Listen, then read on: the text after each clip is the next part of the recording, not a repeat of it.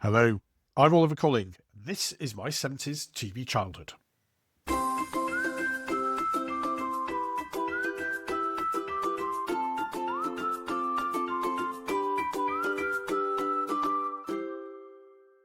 Hello, and welcome back to my 70s TV childhood. We are a podcast which is dedicated to taking you back to a golden age of childhood for those who grew up in the UK during the 1970s and the special part that television played in our lives back then. It may have been a time of flared trousers, orange and beige clothing, and avocado bathroom suites, but it was the time of our childhood, which many of us remember fondly. If you are new to the podcast, then you are most welcome. We've been going for about 5 years now, and we're into our 6th season, and we can still find plenty of subjects which bring back special memories for our listeners on audio and our viewers on YouTube. If you haven't taken a look at our new YouTube version of the podcast, then I'd recommend it to you. Not only do you get to see a bit of our special artwork, but you also get to see me in the flesh. Oh, hang on. Maybe that's not the best selling point for us, is it? Anyway, do take a look and let us know what you think. As always, you can get in touch with us by leaving a message on our blog at www.my70stvchildhood.com or on one of our social media sites on Facebook, YouTube, Twitter/X or LinkedIn. Or if you prefer, you can simply email Oliver at my70stvchildhood. We would love to hear from you. Now, it may surprise some of you that I'm not able to survive on hosting this podcast alone, and I do have a proper day job like everyone else. As part of my job, I often get into discussions about new technology and changes to how we all work. And the latest hot subject is artificial intelligence, or AI for short, as many of you are aware of. And people's views on AI do differ, ranging from complete indifference to a few people I know who simply say, well, I've seen Terminator, so I know where all of this ends. Now, I won't go on too much about it, but I think the answer lies somewhere in between.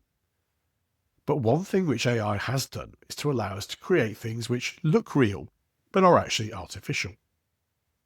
So we get videos of famous people trying to sell us cryptocurrency scams, or funny videos of the US president doing something ridiculous. Although actually sometimes it's a bit hard to tell real videos from those AI versions in that case. But what I'm getting at is that it's now so much easier to create products which look and feel like something else. And that got me thinking about some of the TV shows we watched as children, which were clearly based on others. The success of the Flintstones led to the Jetsons, who were basically the same thing in a different time. So one was prehistoric and the other was far into the future. And there are several examples of very similar cartoon characters being created by different studios.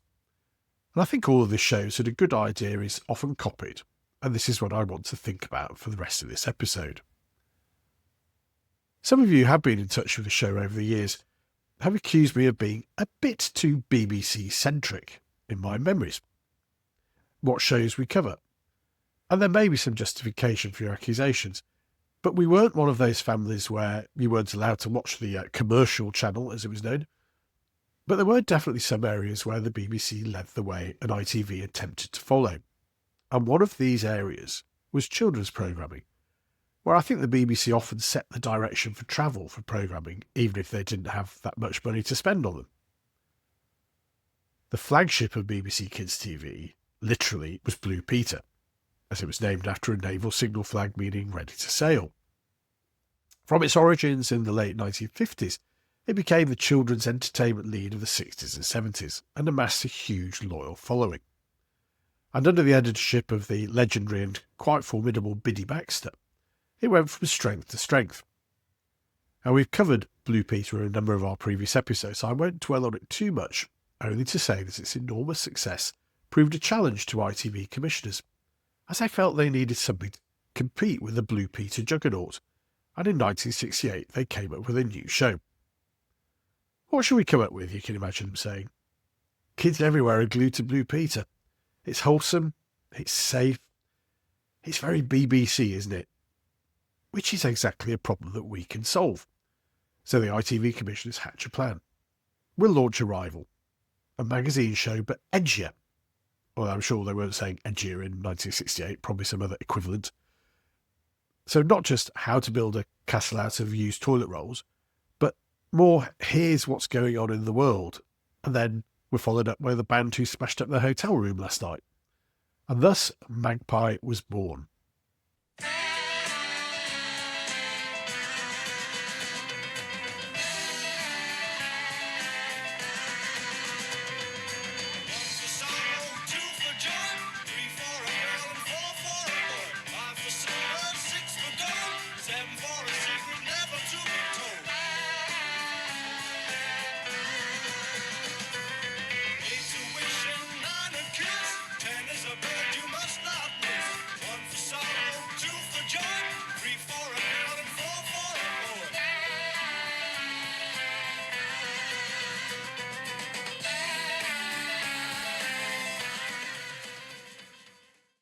Why magpie?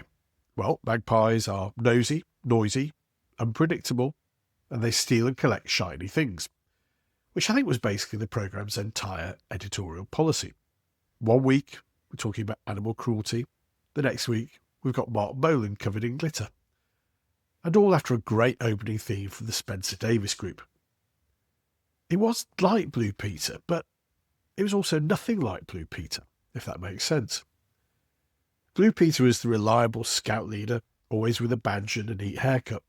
Magpie was more like your slightly dodgy long-haired cousin, who used to turn up in flares clutching a record by T-Rex and probably wearing a t-shirt with Che Guevara's face on the front. Now, they didn't compete in the schedules, as Blue Peter went out on Mondays and Thursdays, and Magpie was on Tuesdays and Fridays, I think. I'm sure our ever-reliable listeners will tell me if I've got that wrong. Magpie was billed for the cool kids and Blue Peter for the more conventional children. I watched them both, but I have to say I probably prefer Blue Peter, as I suspected many of those who claim to love Magpie. Nobody wants to be uncool at school, so I'm not sure everyone who claimed to be big fans actually were. So what was the show like? Well, in many ways it wasn't dissimilar to Blue Peter, with a mix of features, musical acts, interesting people and presenters making things. The biggest difference was that the show was not as tightly scripted or managed as Blue Peter, so it was a bit more, what should we say, authentic or chaotic, depending on your viewpoint. In fact, most episodes were unscripted, and it depended on the presenters to determine how they presented each item. This meant that sometimes things went very wrong. Like Blue Peter, Magpie featured lots of animals, and on one occasion, Pete Brady, the presenter, got bitten by a ferret. And this being live TV just carried on like a true professional, as a ferret hung onto his hand, refusing to let go, and blood began to pour all over the set. Well done, Pete. The presenters themselves made all the difference. The original trio were Tony Bastable, Susan Stranks, and the aforementioned Pete Brady. Brady moved on in 1971 and was replaced by Douglas Ray, and Tony Bastable, who was always the smoothest and most professional presenter, went upstairs to the control room and became the programme's producer. He literally handed over to his successor live on the show, as we're about to hear. Take one, Q grams.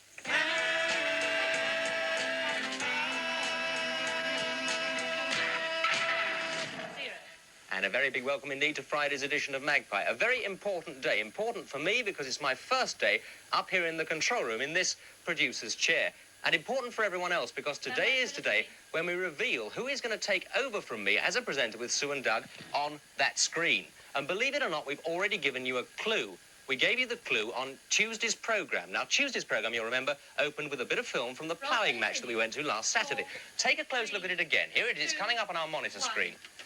This was the piece of film. Sue was in the front, chatting away, telling us about what was going on at the ploughing match. And in the background there were two very beautiful large horses and the very beautiful Douglas Ray, chatting to a fellow smiling away there, very tall chap with a lot of hair, looks a little bit like Mark Bolan. Now, who was he? That man is a very old friend of ours, a great mate of ours on the programme, and he's taking over from me today. In fact, you can see him on that screen over there with Sue and with Doug. His name is Mick Robertson, and I think you're going to like him a lot.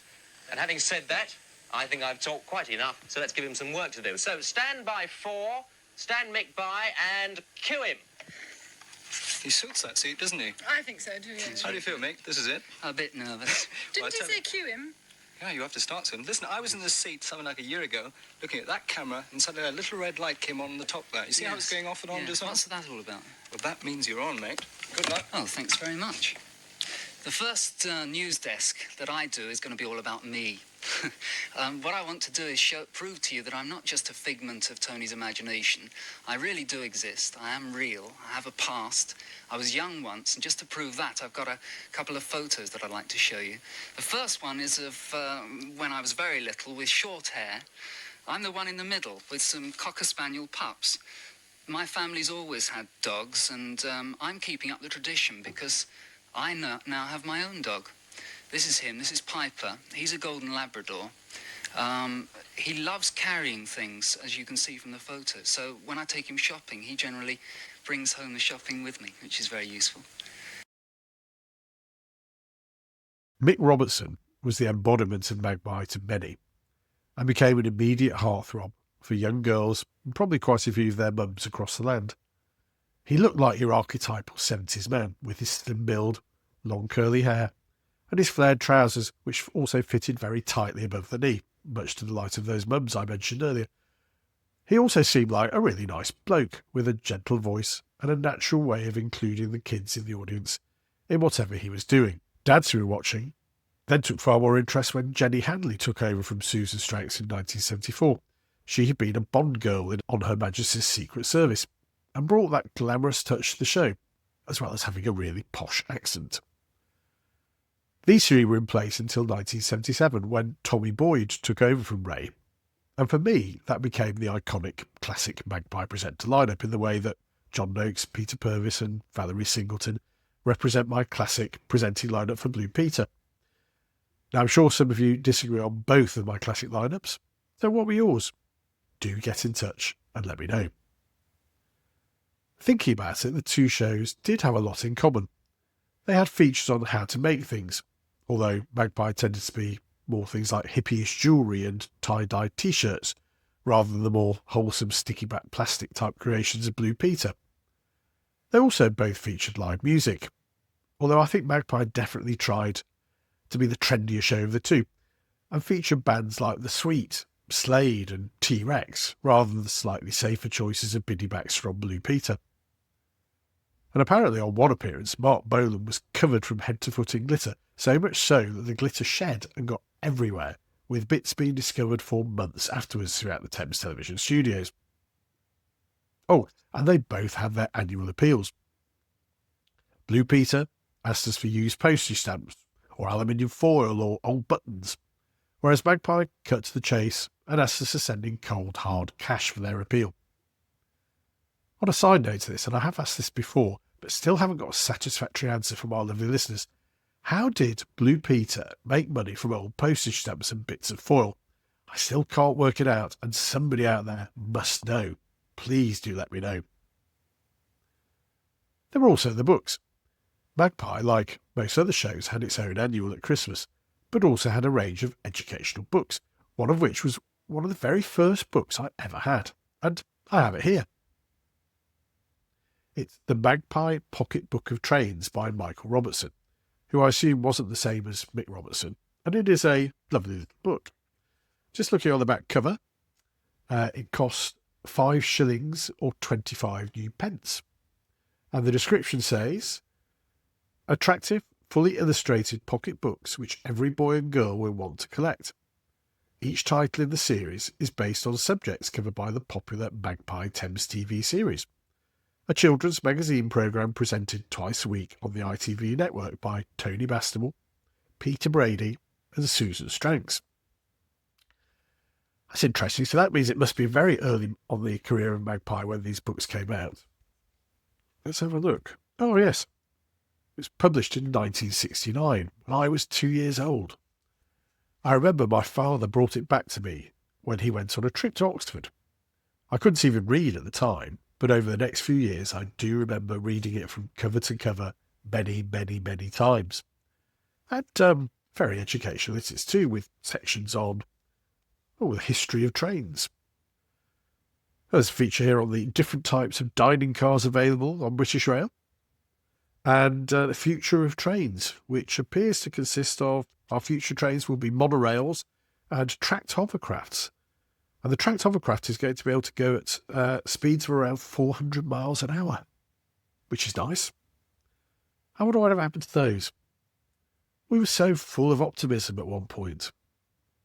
But anyway, lovely to be able to refer to our book. So I suppose what this little book tells me is that whilst Magpie tried to appear trendy and hip, it was a bit like lots of other children's shows in the business of both entertainment and education, which I guess is what we really want from kids' TV. Going back to the show itself, the other thing they had in common with Blue Peter was a liking for live stunts. Mick Robertson tended to take on the John Noakes role, although his stunts, I seem to remember, were a little less hairy than John's. I do remember one occasion that they featured Mick abseiling down a block of flats with his hair tucked into a hard hat. He got stuck halfway down, so, as this being live TV, the show went to a commercial break. However, when we came back after the adverts, Mick was still hanging helplessly from the side of the building.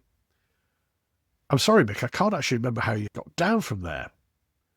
Perhaps we got called to have our tea, and the prospect of beans on toast followed by instant whip was a bigger pull than watching Mick flailing around on the rope on the side of a tower block. Looking back, I suppose that Magpie was generally a bit braver and a bit more radical in some of the issues it tackled. It was the first show I remember issues like saving the whales being given lots of airtime, and the show wasn't afraid to tackle issues like the miners' strike and bullying. But in the end, even the combined talents of Mick Robertson with his impeccable manners, Jenny Handley with her smooth sophistication, and the irrepressible energy of Tommy Boyd weren't enough to save the show, and it came to an end in 1980. What Magpie did do was provide a bit more of an alternative, slightly braver approach to children's TV than Blue Peter sometimes did. It treated children with respect and almost like adults, which in some ways I think was a really good thing. But in the end, it simply wasn't Blue Peter. What are your memories of Magpie? And who was your iconic Magpie presenter lineup? Do let us know by leaving a message on our blog at www.my70stvchildhood.com or on one of our many social media sites mentioned earlier. Or you can email Oliver at my70stvchildhood.com. Yet again, that's all we have time for this episode. If you have enjoyed listening, then why not tell your friends and get them to listen too? We would also love it if you could take a minute to like, rate and review us wherever you get your podcasts. We will be back next week with the next of our 70s TV trivia themed quizzes, and then again in a fortnight with the next edition of the regular podcast.